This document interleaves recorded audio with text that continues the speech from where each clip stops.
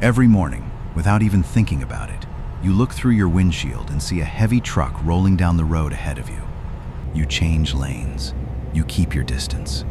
And before you reach the next intersection, you've already forgotten it was ever there. But if you take a closer look, if you really look, you'll find a person sitting in that cab who has been doing this every day for more than 25 years. Not because he had no other options, but because this is the one thing he knows how to do better than anything else in the world. And then one day, he parks the truck for the last time and never climbs back in. So what happened? After 25 years, millions of miles, countless winters on I-90, and countless quiet nights in Wyoming, what makes a veteran driver finally let go of the wheel? Is it the money? Or is it something nobody can see from the outside? And what does that really mean for you? Because the answer might change the way you see things. From the person behind the wheel of the next truck you pass on the highway, to the way you think about what it means to sacrifice something for the people you love. Stay with me until the end, and you'll understand why this story isn't really about trucks. It's about what human beings are willing to endure when they believe they're doing the right thing. Everyone knows that driving a heavy truck is physically demanding work. That's no surprise. Aches, pains, worn-out knees, 25 years of sitting in a vibrating driver's seat, climbing in and out of the cab, and handling freight. In temperatures of minus 20 degrees Fahrenheit in Montana or 40 degrees Fahrenheit summer heat in Arizona. By age 55, the body of a veteran driver has been through more than most people in almost any profession. The U.S. Bureau of Labor Statistics confirms this. Truck drivers experience significantly higher rates of occupational injuries than the national average. Musculoskeletal problems, lower back pain, joint degeneration, and repetitive use injuries are among the leading causes of early retirement. But there's something talked about far less often: sleep. Studies have found that OTR drivers average just 5.18 hours of sleep per day, far below the 7 to 9 hours the CDC recommends for healthy adults. Doing that for 25 years doesn't just make you tired. It impairs cognitive function, increases cardiovascular risk, and creates a state of chronic fatigue that no truck stop parking lot can fix. And here's something that almost never makes the headlines: an economic phenomenon known as wage compression. And it's slowly eroding the value of 25 years of experience in ways that very few people outside the industry recognize. In 1980, before deregulation, a highly skilled OTR driver in America could earn the equivalent of roughly $70,000 to $90,000 in today's dollars. In 2024, the average OTR driver's income typically ranges from $58,000 to $65,000. Adjusted for inflation, many veteran drivers are earning less than their counterparts did 40 years ago. Even though today's regulations are far more complex, monitoring requirements are stricter, and customer expectations are higher than ever.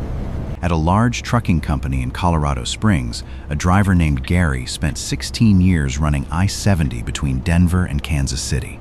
He knew every dangerous curve, every stretch of highway that iced over in November, and every bridge that backed up on Friday afternoons.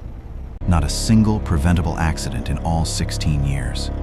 A perfect safety record. And here's the part that changes everything. The number one reason veteran drivers leave the industry isn't money, and it isn't physical health. It's invisibility. A 2022 survey by the Owner-Operator Independent Drivers Association found that 74% of drivers listed lack of respect from dispatchers and management as a significant factor in their decision. Not the only reason, but part of the picture for nearly 3 out of 4 drivers who left. Think about that. A man spends 25 years mastering one of the most complex and demanding jobs in America's logistics system. He has driven an 80,000-pound truck through Nebraska blizzards at highway speeds. He manages DOT regulations, hours of service logs, load control, hazardous materials, procedures, and customer relationships, all during a single workday. He has more real-world problem-solving experience than many office managers twice his age. And then he gets a dispatch call from a 25-year-old employee who has been in the industry for 6 months and talks to him as if he doesn't know how to read a map. It's not one phone call, it's a culture. A culture where automated monitoring replaces direct communication, where telematic systems record every brake application, every acceleration, and every minute of idle time. Then report every sign of inefficiency back to a screen like a teacher grading a test.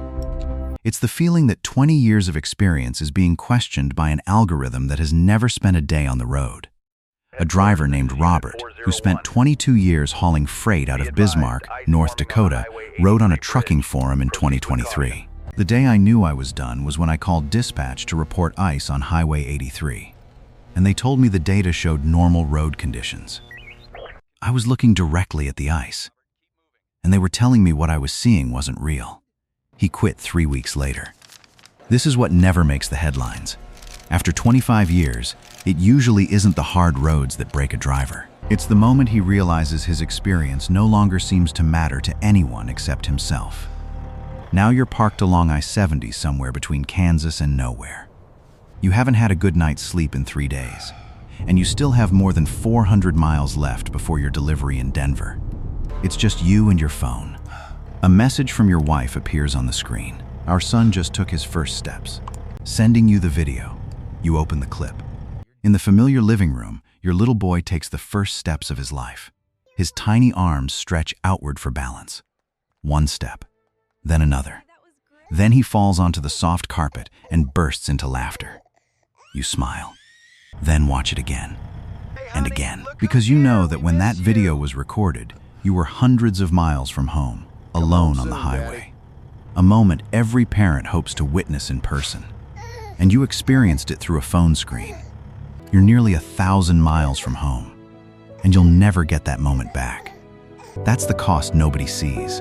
It doesn't appear on a paycheck.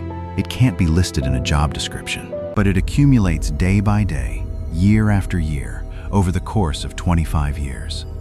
Most veteran drivers make this choice with their eyes open.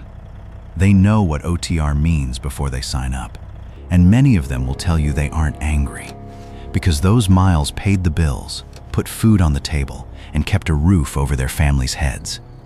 It was a choice, but a deliberate choice doesn't erase the pain of what was missed. This needs to be said plainly. The men and women who spent 20 years behind those steering wheels literally carried this country on their backs. Every piece of furniture in your home, every carton of milk in your refrigerator, every medical device in the hospital near you, all of it moved because someone held the wheel steady on those roads. They drove through storms, floods, and 113-degree desert heat. They delivered freight while the rest of us stayed home. They worked quietly. No banners, no public recognition, no one stopping at a truck stop to simply say thank you. If you're a truck driver watching this video, whether you've spent 10 years, 20 years, or 30 years on the road, you've earned the right to be seen. No one needs to validate that for you. The wheels don't turn by themselves. Someone gave their strength to keep them turning, and sacrificed much of what they loved most to do it. So the next time you see a truck on the highway, running alone at midnight on I-40 between Amarillo and Albuquerque, its headlights cutting through the darkness, unseen and unnoticed, pause for a second. Don't just see an obstacle in your lane. See 20 years. See a choice. See everything that was given up to keep those wheels turning. And maybe this time, you won't forget it right away. If you drive for a living, what's the one thing you wish people understood about this job? The thing no newspaper, no movie, and no news program has ever truly gotten, right? Write it in the comments below. I read every one. And if this is the first time you've really thought about any of this, what part of the video affected you the most? Which moment will stay with you? If this video gave you a new perspective, please leave a like to support the channel. Thank you for watching. Stay safe on every journey.